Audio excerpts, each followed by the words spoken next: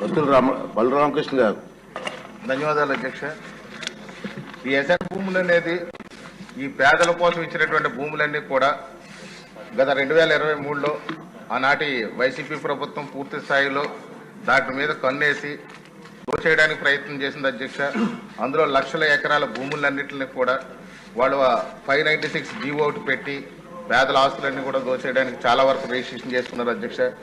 తక్కువ రేట్లకు కొనుగోలు చేసి ఎక్కువ రేట్లకు అమ్మేసి పేదలకు అన్యాయం చేశారు. అదేవిధంగా చూస్తే ఇళ్ల స్థలాల కోసం ఈ యొక్క ఎసెంట్ భూములన్నింటినీ కూడా 10 లక్షలకి 5 లక్షలు సేకరించి అదే ప్రభుత్వానికి 45 లక్షలకి 50 లక్షలు కూడా అమ్మడం జరిగింది అధ్యక్ష. ప్రస్తుతం ఆ భూములన్నిటి కూడా చాలా భూములు రెడ్ మార్కులో పెట్టి వాళ్ళు వేధించి తక్కువ రేట్లకు అమ్మాలని అప్పట్లో డిమాండ్ చేశారు అధ్యక్ష. ఎప్పటికీ కూడా కొన్ని భూములు అదే రెడ్ మార్కులో ఉన్నాయి. అదేవిధంగా చూస్తే ఈ యొక్క ఎసెంట్ భూములన్నింటిలో కూడా పేదలకు మంచి జరగాలి, పేదల జీవితాల్లో వెలుగులు నింపే ఈ యొక్క ఎసెంట్ భూములన్నింటిలో కూడా ఆనాటి వైసీపీ పెద్దలందరూ కూడా లాగేసుకున్నటువంటి వైనం ఉంది. దీని మీద ఒకసారి విచారణ చేయాల్సినటువంటి లోతుగా విచారణ చేయాల్సిన అవసరం ఉంది. అదేవిధంగా చూస్తే ఈ భూములు రీసర్వేల్లో అక్రమాలు ఎక్కువ చేశారు అధ్యక్ష.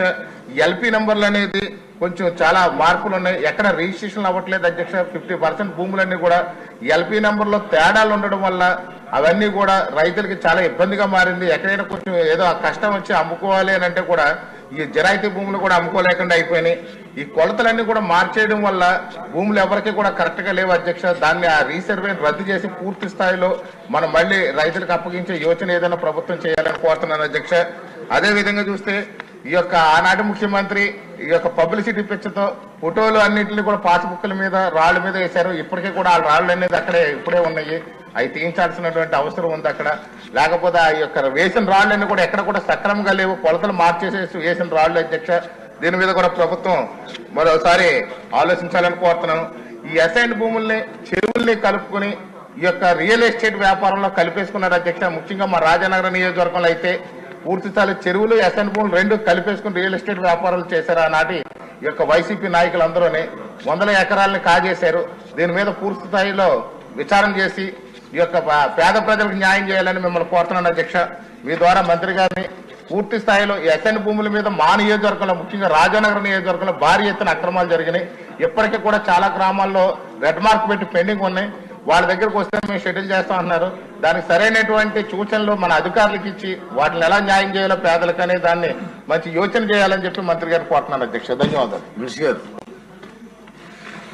థ్యాంక్ యూ అధ్యక్ష.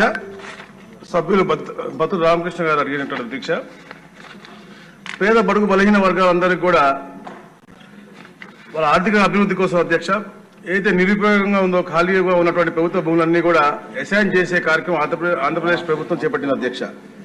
2019 నాటికి అధ్యక్ష దాదాపుగా 36,36,748 ఎకరాలు ఈ ప్రభుత్వాలు పంపిణీ చేసే అధ్యక్ష.